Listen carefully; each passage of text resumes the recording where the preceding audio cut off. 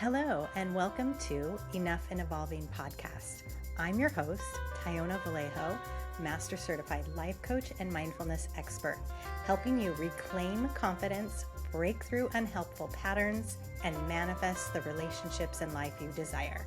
Now let's get started. Hey friends, welcome back to the podcast. This is episode 3, and we are in the Lunar New Year. Happy Lunar New Year! It is the year of the fire horse, and I have been so excited about this year and what's to come in this energy.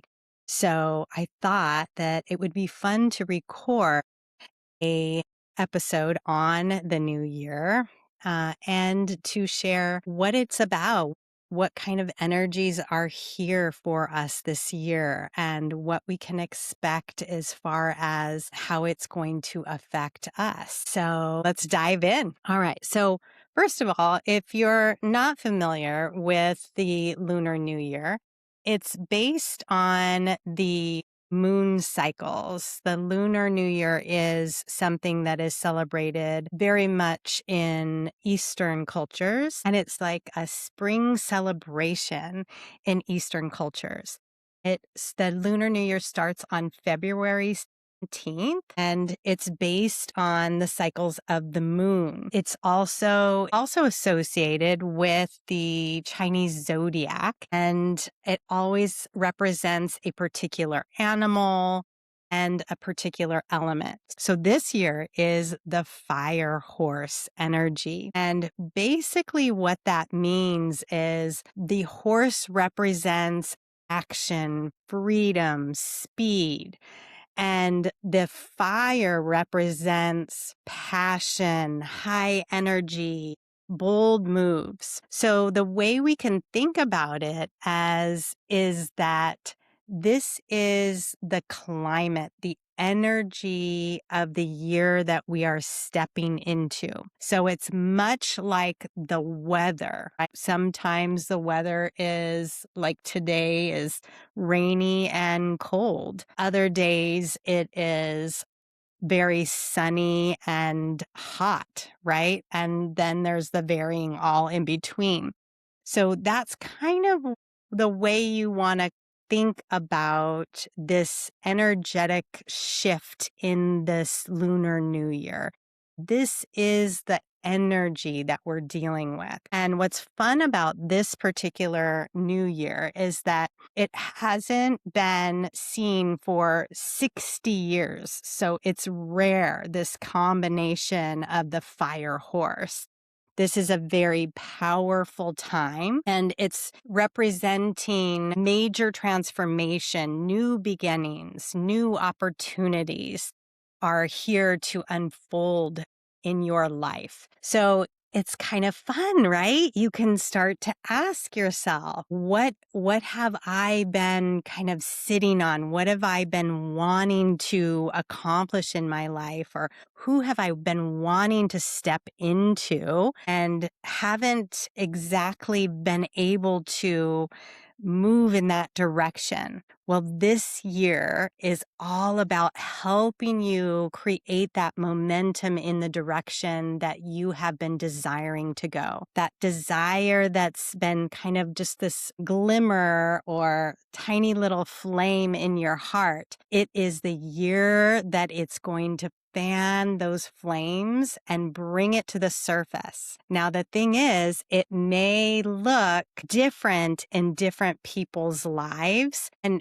also may look different at different times in your life throughout the year. So let's talk about what that might be like for you. So this might be a great time to start training yourself to look for opportunities as they are showing up in your life and really discerning, is this opportunity aligned with that vision of my life of where I want to go? who I want to become. So again, this climate is powerful. It's about faster change, stronger emotions, big movement, truth rising. Courage is required at this time. And that might look like the courage to speak authentically about your boundaries, putting up some boundaries in your life, or communicating where it feels really difficult for you to communicate, where you're not in the habit of speaking up. Or maybe it looks like having the courage to really show some of your vulnerability, to be more visible in a way that you never have before. I know in my own experience, in my own life, this is really what I feel this year is calling me towards, is this deeper vulnerability that I have been kind of skating by on more of a surface level. And it's now time for me to really um, be more fully who I am and allow the world to see that and feel courageous enough to know that I am enough and I am evolving. I am not perfect by any means. And this is okay. And this is also a great way for me to evolve, as well as hopefully help many of you evolve as well. So, a great question we can be asking ourselves as we move through this new climate, this new energy, is simply, how will I meet this weather? How will I meet this new climate? Will I meet it with fear, or will I meet it with loving awareness, right? It's like we have this day, this weather, again, today is a rainy day. How am I meeting this rainy day?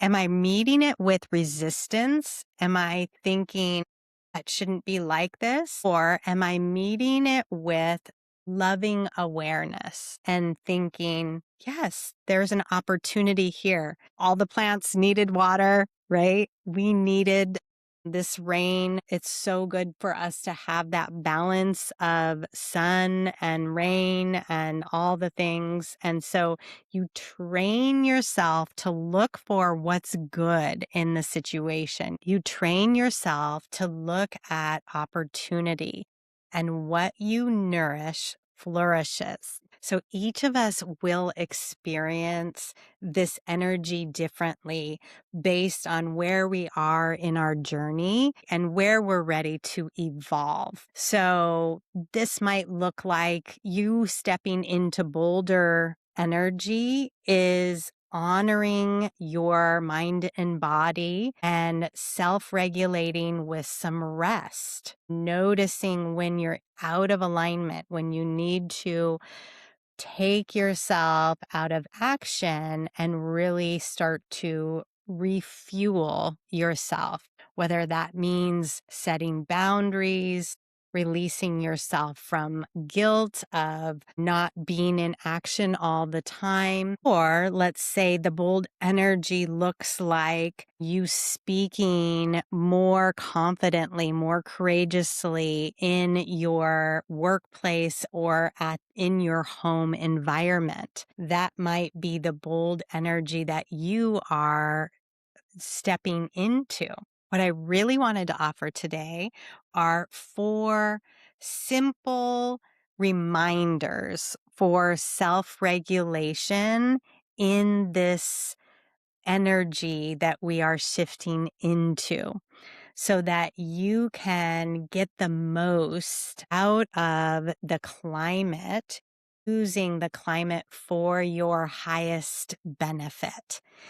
And so our first, number 1 on that self-regulation list is creating inner safety for your nervous system. Everything we do requires our nervous system to be in regulation, meaning that if we want to have a higher thinking mind, then we need to have ourselves in this zone of safety, not coming from this stress response, this fear response of fight, flight, or freeze.